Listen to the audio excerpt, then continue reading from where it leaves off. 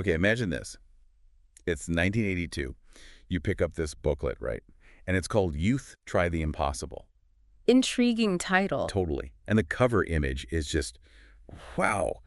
It's really striking. You see these young people clearly working hard, building a cinder block wall. Right. Like physical labor. Exactly.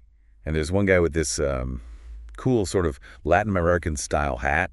And right in the middle, this young blonde guy, muscles straining, lifting a block. Wow. Yeah, that's a powerful visual. Just screams youthful energy, tackling something real. And that image, it really captures something essential about what these early youth movements were aiming for, doesn't it? Yeah. Getting young people involved, hands-on, out in the world. Exactly. And that's what we're diving into today. We're going deep into how youth mission trips got started, especially within the American evangelical movement. It's something so many people have experienced or know someone who has. Right. Or maybe you're just curious about how these things even become Well, things, yeah. Big trends. So we thought, let's explore those very beginnings, the initial ideas, the motivations. Yeah, if you've ever wondered, how did these trips become so common? Or, what were they thinking sending teenagers off like that back then? This is definitely for you. We're going to trace it back. And hopefully uncover some maybe surprising links along the way. So our main guide for this is an analysis called Youth Movements and Short-Term Mission. It uses accounts, publications from the time. Including that Don Moore booklet you mentioned, Youth Try the Impossible. Right. So our mission for this deep dive is to really unpack what drove the rise of these trips in the, say, late 20th century. Give some context. Okay, let's do it. So this idea of young people being involved in missions, it didn't just pop up in the 80s, did it? No, not at all. The seeds were planted much earlier. You have to look back, like late 19th, early 20th century. Okay. Think about groups like the Student Volunteer Movement, the YMCA, the YWCA. They were already getting young people involved. Right. Those are big names in social movements. What was their focus in terms of missions? Well, it was often this blend, Evangelism, sure, but also a lot of social reform. Like building schools, medical work, that kind of thing. Exactly. Addressing tangible needs alongside the spiritual message. Okay, so a broader approach initially, but then things changed. Big time. After World War II, you get this wave of young conservative Christians coming back. Many using the GI Bill, right? Getting educated, seeing the world differently. Precisely. Their war experiences gave them this huge global perspective they maybe didn't have before.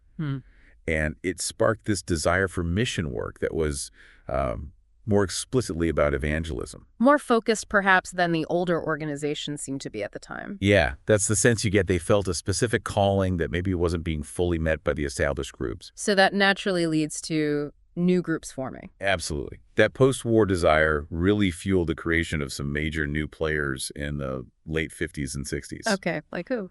Well, two really stand out as pioneers for this new wave, Youth with a Mission YWAM and Operation Mobilization, or OM.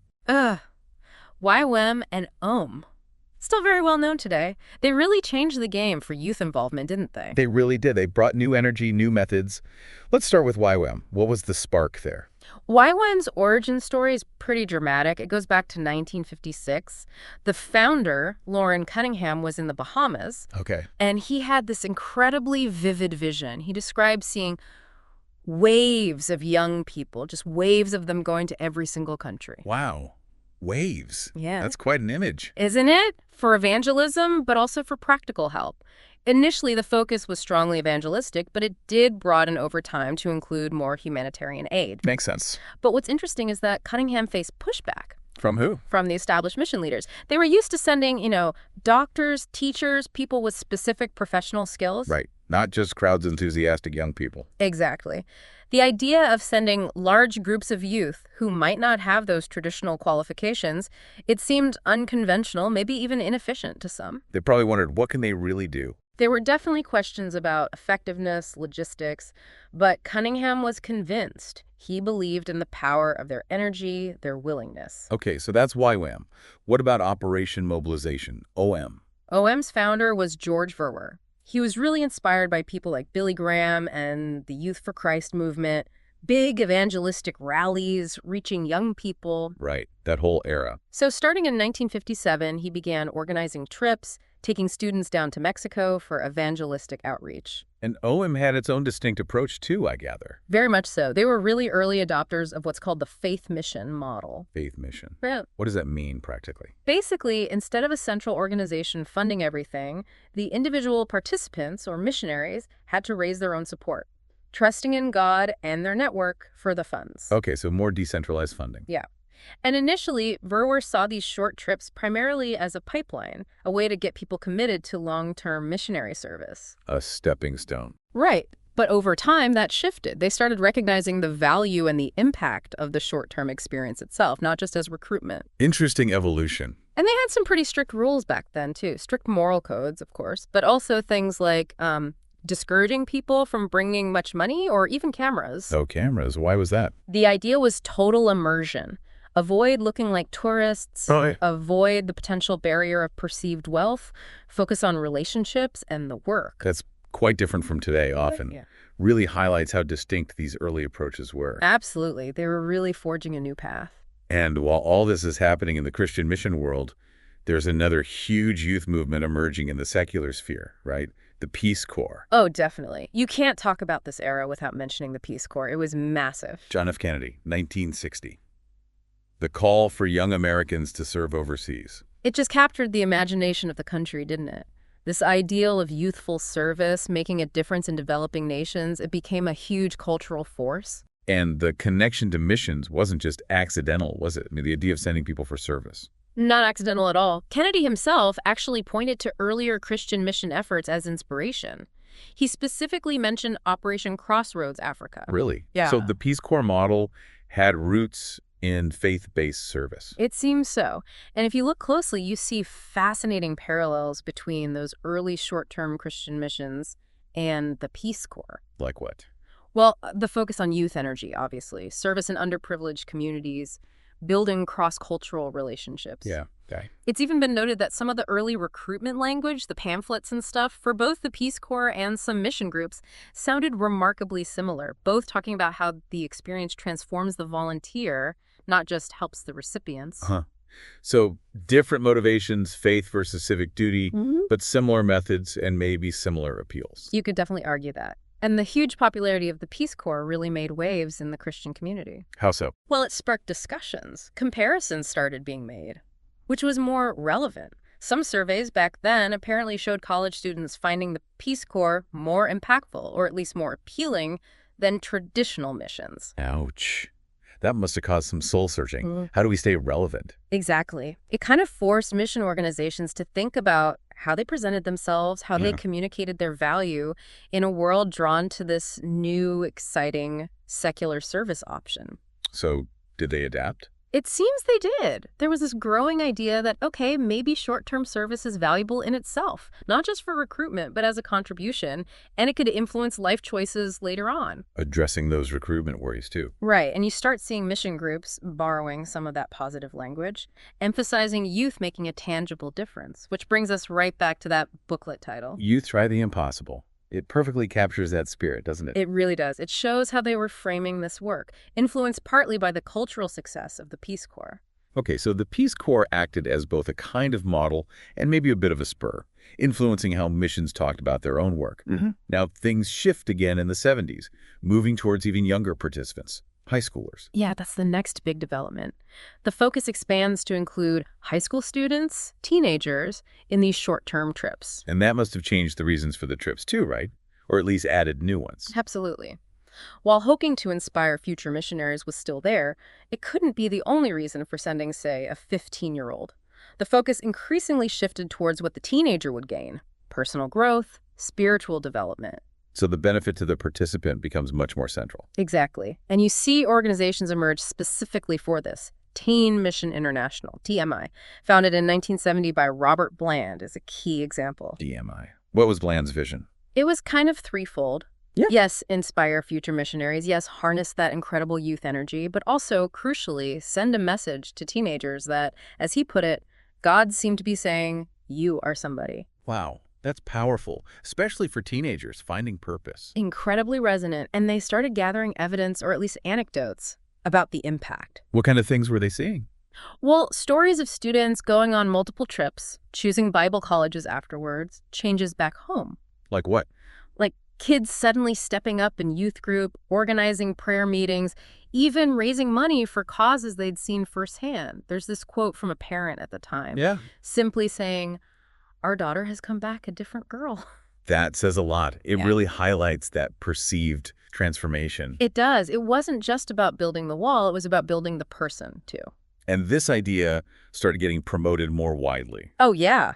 You had articles popping up in places like Moody Monthly, a really influential magazine, encouraging teenagers to go specifically for that personal growth aspect, to experience mission realities firsthand. Any specific stories that stand out from that time? There's one often cited from Joan McNichols. She went to Guatemala, and she wrote about this big realization she had that love and human connection were so much more important than material possessions. Seeing poverty, but also seeing community, really shifted her perspective. So that kind of personal spiritual insight became a major selling point. Definitely. It raises that interesting tension, doesn't it? Are you going mainly to serve or mainly to be changed? These stories suggest a strong element of the latter was becoming really prominent. The trip as a catalyst for the participants' own spiritual journey. Precisely. And you saw similar themes even with college students. InterVarsity's magazine has featured stories from summer mission programs. Same focus, personal growth alongside the service. Very much so. There's an account from a student named Susan Bayerlein. She worked at a retreat center in Austria for a summer. Okay. And she talked about how it changed her unexpectedly. She grew personally in ways she didn't anticipate and saw how God could use her in surprising ways, not just in obvious ministry tasks. That's it. Yeah, she even used that quote from Martin Luther about asking for silver but receiving gold, meaning the unexpected internal gifts were the most valuable outcome for her. It really sounds like the whole concept, even the term short-term mission, was still fluid, still evolving. It was. People used different phrases, but the trend was clear. These trips were increasingly seen as powerful tools for both doing good and for significant personal and spiritual development, especially through that cross-cultural exposure. Right. Seeing faith lived out differently in a different context. Exactly. And that leads us towards the late 70s, early 80s, where things start to converge. Converge how? Well, it's not just the specialized agencies like YWAM or TMI anymore. Individual churches, local congregations start organizing their own short-term trips. Ah, okay. So it becomes more grassroots, integrated into regular church life. Yes.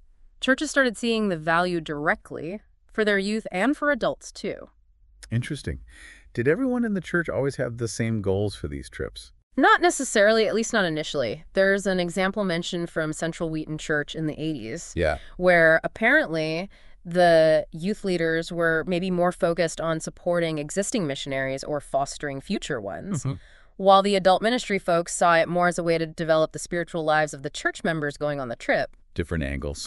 But they eventually came together. It seems their efforts and rationales started to align more over time. They saw the benefits were multifaceted. And this brings us right back around, full circle almost, to Don Moore and his 1982 booklet. Exactly.